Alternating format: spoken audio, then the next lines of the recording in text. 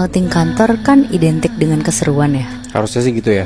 Tapi ini tuh gue pengen cerita tentang outing kantor yang harusnya seru malah jadi bawa malapetaka.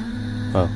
Jadi sekitar tahun 2018 ada satu perusahaan startup di Jakarta yang karyawannya tuh masih cuma 5 orang, ngadain outing kantor dengan kegiatannya tuh camping.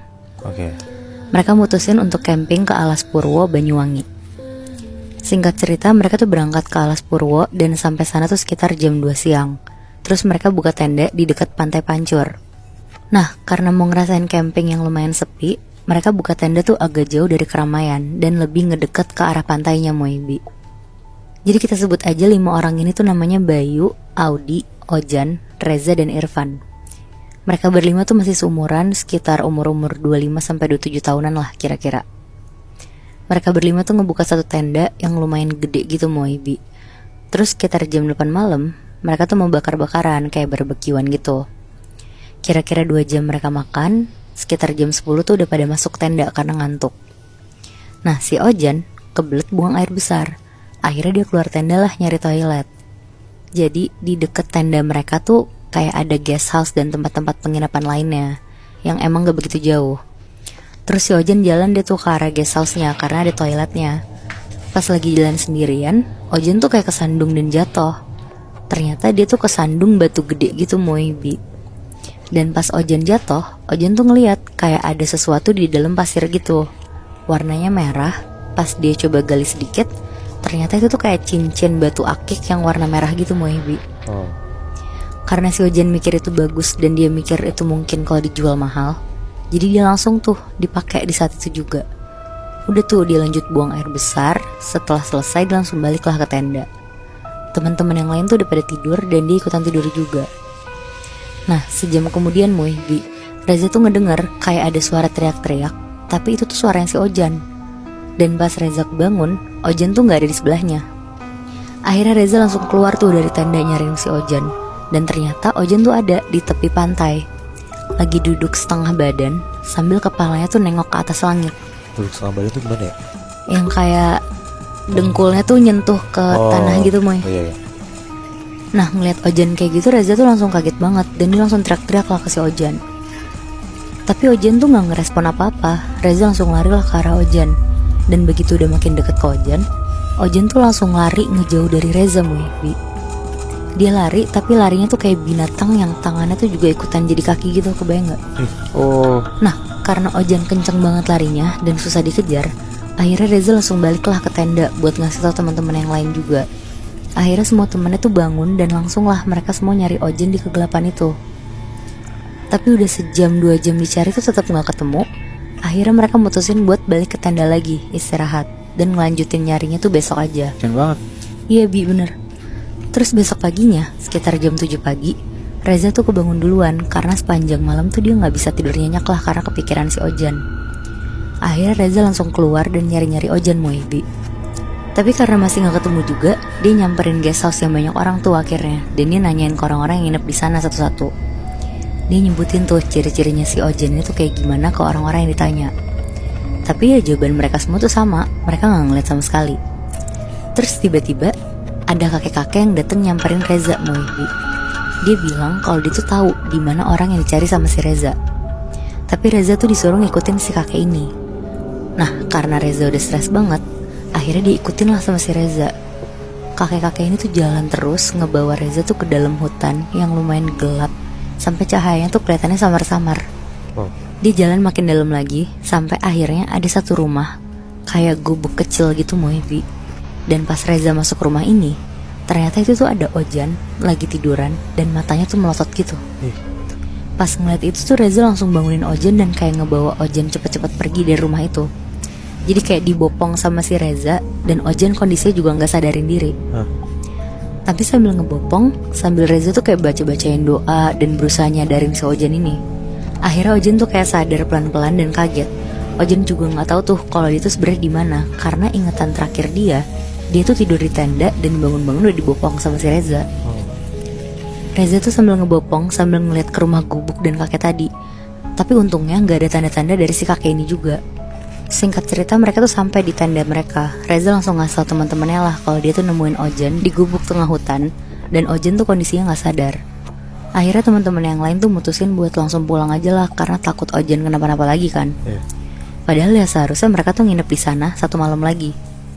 Sekitar jam 2 siang akhirnya mereka langsung baliklah ke Jakarta. Dan selama di perjalanan pulang mereka kan naik kereta ya. Ojen tuh bengong-bengong doang Bi. Kalau diajak ngomong juga kayak nggak nyambung gitu loh. Mereka tuh khawatir banget sebenarnya sama kondisinya si Ojen ini. Tapi Bayu tuh tiba-tiba sadar kalau si Ojan ini tuh tiba-tiba pakai cincin dengan batu warna merah. Akhirnya ditarik lah tangannya si Ojan sambil bilang, "Buset, kapan lu beli ginian Jan? Cobain dong gue." Tapi langsung ditarik tuh sama Ojan tangannya. Pokoknya kayak gak ngebolehin minjem gitu. Udah deh tuh akhirnya mereka semua gak ada yang mau ngajak ngobrol Ojan karena males juga sama si tingkah lakunya si Ojan ini. Nah malamnya sekitar jam 10 malam Bi, dalam keadaan masih di dalam kereta menuju ke Jakarta, Ojan tuh tiba-tiba kayak melotot dan ngeliatin teman-temannya yang lagi pada tidur. Jadi lagi-lagi Reza tuh gak bisa tidur nyenyak. Dia ngerasa ada yang ngeliatin banget. Akhirnya dia coba buka mata lah di kegelapan itu. Pas dia buka mata, Reza tuh kaget banget karena bener-bener di depan mukanya dia Ojan tuh melotot ngeliatin dia sambil buka mulut dan giginya tuh kayak panjang-panjang gitu Moy. Wah serem banget. Nah refleks lah teriak si Reza sampai teman-temannya tuh ikutan bangun semua dan ngeliat Ojan yang lagi kayak semacam kesurupan gitu. Tapi tuh si Bayu ngeliat Bi kalau cincin yang dipakai Ojan ini tuh jadi kayak nyala terus terang banget. Akhirnya Bayu tanpa mikir panjang langsung berusaha ngerebut tangan Ojan dan nyopot si cincin ini. Tapi tuh susah banget, bahkan kayak cincin yang kekecilan gak bisa dilepas gitu. Akhirnya Ojan ditarik paksa lah ke bangkunya sama si Bayu dan kayak dibaca-bacain doa lagi. Singkat cerita mereka sampai nih di Jakarta. Bayu yang udah ngerasa gak beres sama Ojan seketika tuh kepikiran buat bawa Ojan langsung ke omnya dia. Jadi omnya Bayu ini tuh semacam orang pinter yang bisa ngerti hal-hal kayak gitulah. Bayu ngomong diem-diem ke teman-teman yang lain biar gak kedengeran sama si Ojan. Akhirnya dibawa paksa lah si Ojan yang kelihatannya emang lagi ngawang-ngawang di situ. Selama perjalanan menuju rumah omnya Bayu tuh Ojan juga diem tanpa kata, gak nanya mau kemana, bener-bener diem aja tuh. Akhirnya sejam perjalanan mereka sampai nih di rumah omnya Bayu. Bayu yang udah nge-WhatsApp omnya dari awal langsung masuk aja tuh ke rumah omnya, ngegandeng si Ojan. Omnya yang baru keluar dari kamar dan ngeliat mereka semua kaget banget. Tapi kagetnya tuh karena ngeliat si Ojan ini. Omnya Bayu tuh langsung naruh tangannya di depan mukanya Ojan sambil kayak baca-bacain gitu. Bener-bener si Bayunya tuh belum ngejelasin apa-apa, tapi omnya ini tuh langsung bertindak gitu Bi. Mereka berempat tuh kaget banget ngeliatnya dan langsung ngejauh dari Ojan dan omnya Bayu. Omnya Bayu tuh sampai ngobrol sama dalam tanda kutip sosok yang ada di dalam badannya Ojan. Sosoknya itu tuh ternyata suaranya tuh kayak kakek-kakek dan bilang kalau jiwanya Ojan tuh udah dia kuasain. Wow. Omnya Bayu di situ juga nggak mau nyerah, masih dilakuin banyak cara lah buat ngeluarin si sosok ini. Saking sosok ini tuh katanya kuat banget.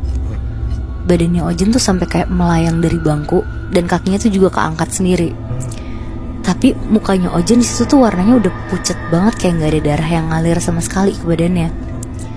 Nah setengah jam omnya Bayu berusaha ngeluarin sosok yang ada di dalam Ojan.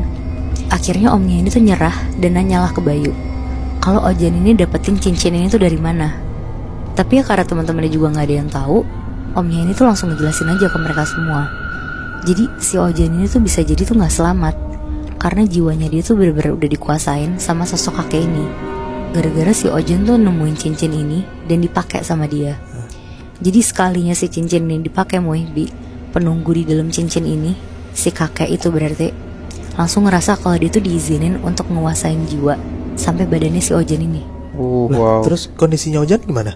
Gak selamat Meninggal? Iya. Kasian banget, cuma perkara ngambil batu akik doang. Iya. Wah ternyata ada juga ya ritual eksorsisme tuh yang gagal. Kira gue tuh cuman cerita lo doang Bi. Eksorsisme yang gagal tuh ternyata cerita lo juga lagi Nat. Kita emang nggak tahu kadang tempat baru yang kita datengin itu ada background story apa kan. Jadi ya kita harus jaga diri banget lah. Dan kalau bisa jangan ngapa-ngapain di tempat baru. Kalau di tempat baru kayak so tau atau misalnya mindahin barang atau gerecokin barang di sana, ya pasti lo bakal ngerasain sendiri akibatnya apa.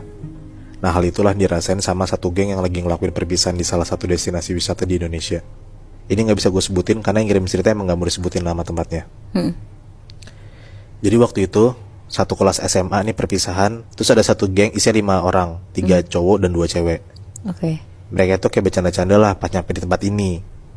Mereka tuh mau stay di villa gitulah selama 5 harian. Pas sampai villa itu sekitar jam 5 sore, mereka berlima tuh ngerasa kayak tempatnya tuh kok gak nyaman, kayak gerah, terus lembab. Ternyata ada beberapa anak-anak kelasnya itu juga yang kayak ngerasain hal yang sama. Nah tapi tuh orang-orang itu di luar orang berlima ini ya, kayak ya udah aja dan gak mau komen apa-apa lah. Tapi 5 orang ini, satu geng ini kayak komen mulu, malah jadinya kayak julid. Pokoknya omongannya gak kontrol lah. Padahal tuh mereka baru banget nyampe villa itu juga. 5 orang itu tuh sebut aja namanya Agam, Bani, Ridwan. Itu 3 cowok, Sasa dan Dina, itu 2 cewek. Oke. Pas nyampe villa tadi gue bilang, mereka bener-bener kayak komen terus. Mereka bilang ngap, gerah, bau, gak enak. Pokoknya ngata-ngatain tempat inilah. Nah di saat teman-teman yang lain, anak-anak kelas ini pada kerja bakti buat ngeberesin semua biar gak bau dan gak kotor, mereka berlima ini malah nongkrong, malah hai deket di kolam renang. Sampai akhirnya Agam itu ngeliat kayak di pojokan kolam renang kan ada kayak ruang bilas gitu biasa kan. Nah Agam tuh ngeliat kayak ada tumpukan gitu sesuatu. Disamperin lah sama Agam karena dia kepo. Pas dilihat sama Agam, pas udah makin deketnya ternyata tumpukan itu sesajen Bi. Nah kayak ada kopi hitam segelas, ada telur, pokoknya macam-macam sesajen yang biasa kita lihat lah. Si Agam ini kayak malah ngambil sesajen kopinya, terus dia ngisengin Bani. Kayak dia ngasih tuh minuman kopi itu ke Bani. Pertama-tama kayak bercanda kayak ceng-cengan gitu, kayak Agam kok baik banget ngasih kopi ke temennya. Sampai akhirnya si Bani ini minum kopi itu dan ngasih ke Ridwan. Dihabisin tuh kopi itu tuh sama mereka berdua. Pas udah dihabisin, mereka bilang lah kayak kopinya rasanya aneh. Cuman ya mereka ya udah ya karena udah minum mau gimana lagi kan.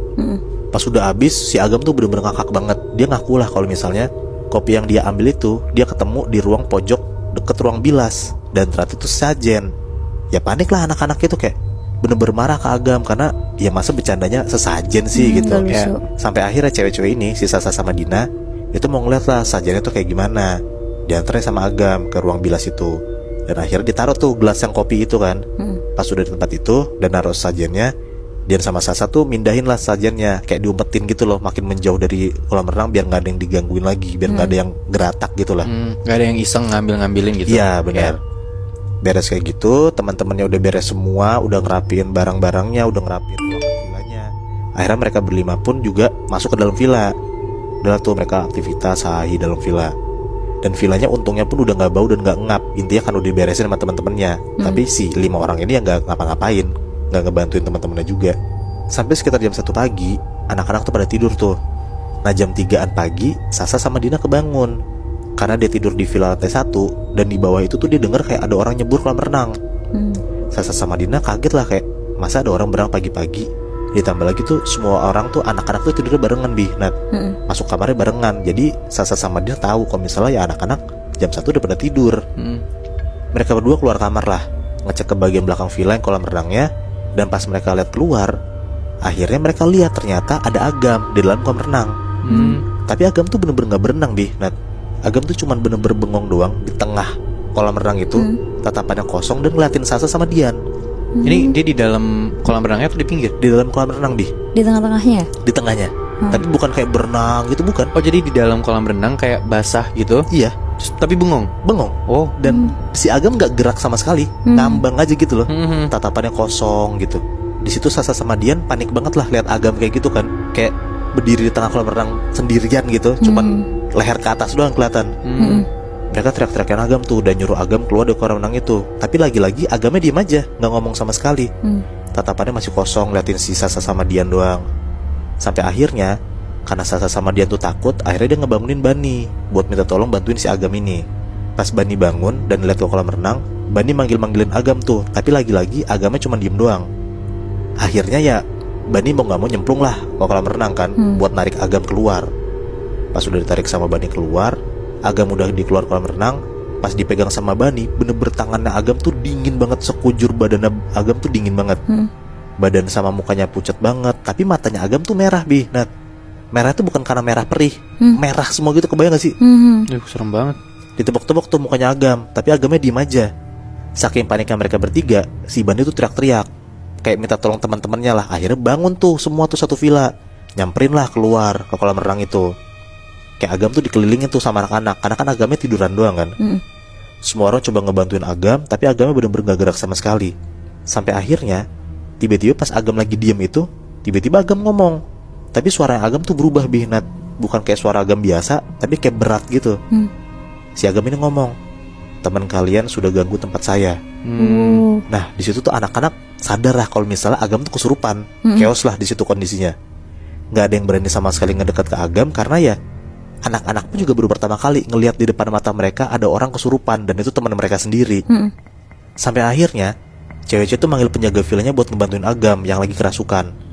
Dicari-cari penjaga villanya dan akhirnya ketemu. Datanglah si penjaga villa ini. Ditanya tuh sama penjaga villanya, sama abang-abang ini, kenapa kok tiba-tiba Agam kayak gini?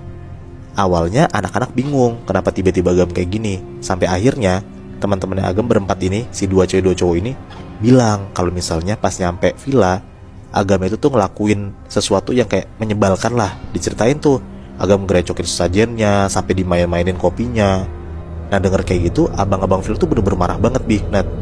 Kayak berani-beraninya orang baru nyampe villa itu, dan si Agam tuh ngelakuin kayak gitu, berani banget gitu loh. Awalnya si penjaga villa tuh gak mau sama sekali ngebantuin Agam, karena dia kesel banget, dan dia tuh bilang, ya ini ganjaran teman kamu, karena udah ganggu tempat baru.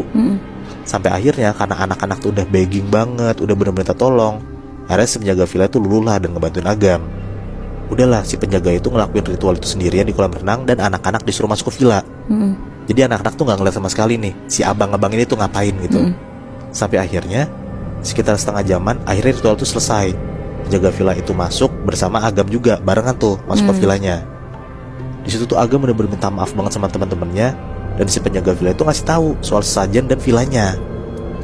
Jadi kata penjaga villanya itu, emang villa itu tuh angker, dan ada penjaga tuh kuat banget Nat. Makanya setiap 2-3 hari sekali, penjaga villa itu tuh bener-bener nyajiin dalam tanda kutip makanan sesajen itu sesuai sama apa yang penunggu villa itu minta.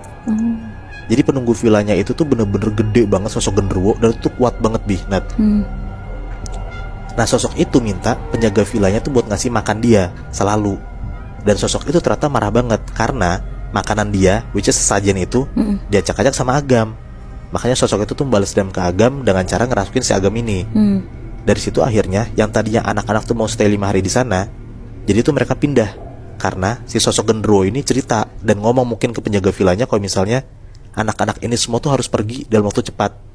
Jadi setelah Agam tuh udah sadar, udah sober nih, mereka semua cabut, pindah dari villa itu. Tapi si sosok genderuwo ini tuh ngasih tahu nggak kenapa mereka nggak boleh di sana lagi? Menurut gue karena si sosok ini udah kesel banget kayaknya Nat, sama anak-anak ini, walaupun cuma Agam doang bertingkah ya. Walaupun si Agam juga diminta maaf. Iya, tapi tetap aja kayak akhirnya daripada mereka nggak nurut kan, takutnya kenapa-napa, ya bener di malam itu pagi-paginya subuh-subuhnya mereka semua pergi dari villa itu. Parah banget sih. Gue juga kalau misalkan udah ngeliat si satu villa itu ada yang aneh-aneh gitu ya. Karena tadi lu bilang villanya tuh kotor, baunya juga nggak enak gitu kan, lembab, berantakan juga kan. Oke, tempatnya nggak enak, tapi lu banyak komentar, nggak ngapa-ngapain, ya pantes sih dapat kena batunya gitu. Iya, apalagi lo lihat sendiri kayak misalnya lo lagi di villa, terus ada sesajen gitu. Ya masa lo berani-beraninya ngeberantakin sesajen itu kan? Ya akibatnya kalau misalnya orang bisa ngeberantakin sesajen itu, ya jadi kayak Agam gini lah. Iya, kebayang banget sih. Ada cerita tentang satu keluarga di tahun 1990-an. Mereka itu Katolik, tapi mereka tuh cuman pergi ke gereja 3 kali dalam seumur hidup. Emang bukan tipikal keluarga yang rajin beribadah lah. Nah, keluarga Patrisna ini terdiri dari istrinya Patrisna, namanya Budina, dan mereka punya 3 orang anak. Nah, yang mau gue ceritain ini, anak keduanya Patrisna sama Budina, namanya Grace. Suatu hari, ada kejadian Patrisna dapat kabar kalau anak perempuannya, si Grace, itu sakit. Nah, penyakitnya tuh aneh Nat, Muy. Karena Grace tuh tiba-tiba badannya lebam, banyak banget, terus suka ngelamun sendiri kayak orang gila. Ya udah tuh si keluarganya Grace ini, terutama Patrisna, minta bantuan dukun. Si Grace malah makin parah Nat, Muy. Dia tuh kalau siang kayak orang biasa aja lebamnya hilang, tapi kalau malam lebamnya tuh muncul lagi. Terus Grace tuh makin sering melamun, bahkan Grace ini makan serangga dan sorry ya, kotorannya sendiri. Kadang dia pun mandi pakai air kencingnya sendiri. Anjing, kayak kesurupan gitu berarti. Lebih parah dari itu. Pernah di satu malam di dalam kamarnya, Grace ini ada di atas kasur, tapi dia tuh kebalik Nat, Muy. Jadi kakinya di atas, palanya di bawah. Kayak kayang gitu, bayang gak sih lu? Si Grace ini dengan posisi kayang, dia tuh ngomong, aku capek. Dia bilang gitu. Sorenya Pastor Thomas ke rumahnya Patrisna lah. Dan satu hal yang langsung dikasih sama pastornya adalah nyipratin air suci, sakramen atau baptis, gue kurang paham, itu ke Grace. Dan tiba-tiba si Grace ini teriak dan ngomong, kamu anak pelacur, ke pastornya. Anjing. Setelah itu si Grace ini makin histeris dan akhirnya Grace diikat kenceng banget tangannya. Karena ya saking parahnya dia ngeronta-ronta. Nah tapi pastor ini ngasih solusi. Kalau dia tuh kenal sama pastor yang khusus untuk nanganin kasus eksorsis ini. Sebutlah namanya Pastor Dennis. Singkat cerita 2 hari kemudian Pastor Dennis datang ke rumah Patrisna dan langsung ngelakuin eksorsisnya itu. Gak pakai lama dia masuk ke kamarnya Grace. Dan hal pertama yang terjadi setelah Pastor Dennis mulai eksorsisnya, Grace ini badannya jadi bau busuk banget. Dan di posisi terikat dengan tali gitu, dari badannya Grace nih keluar lendir, Nat. Dari kulitnya Grace tuh keluar lendir yang bau amis banget. Dan itu sampai kasurnya Grace tuh basah dan bau, bener-bener bau amis. Dari situ Pastor Dennis tuh tahu Grace tuh sebenarnya dimasukin makhluk apa. Singkat cerita proses eksorsis selesai di hari itu. Dan Grace tuh kelihatan dari raut mukanya udah mulai membaik. Tapi badannya Grace tuh udah hancur banget. Bener-bener lukanya banyak, lebam-lebam, parah banget. Gara-gara ya dia kebeset tali yang ngiket tangannya. Tapi walaupun membaik, gak bisa dibilang eksorsismenya berhasil.